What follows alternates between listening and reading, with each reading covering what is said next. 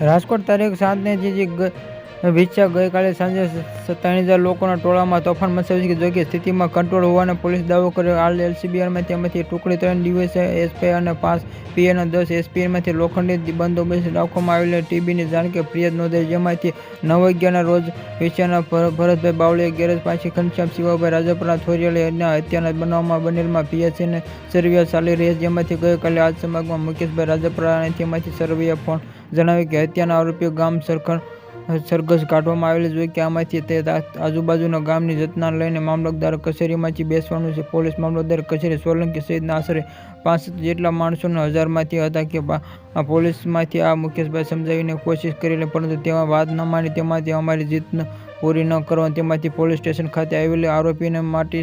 મારીશું તેમ કહેતા લોકોને ઉચ્ચેર પીએસઆઈ સર્વેલન્સમાંથી હોવાની જાણ કરતા અધિકારી દોડી ગયા હતા અને ઉશ્કેર તે માટે આગેવાનો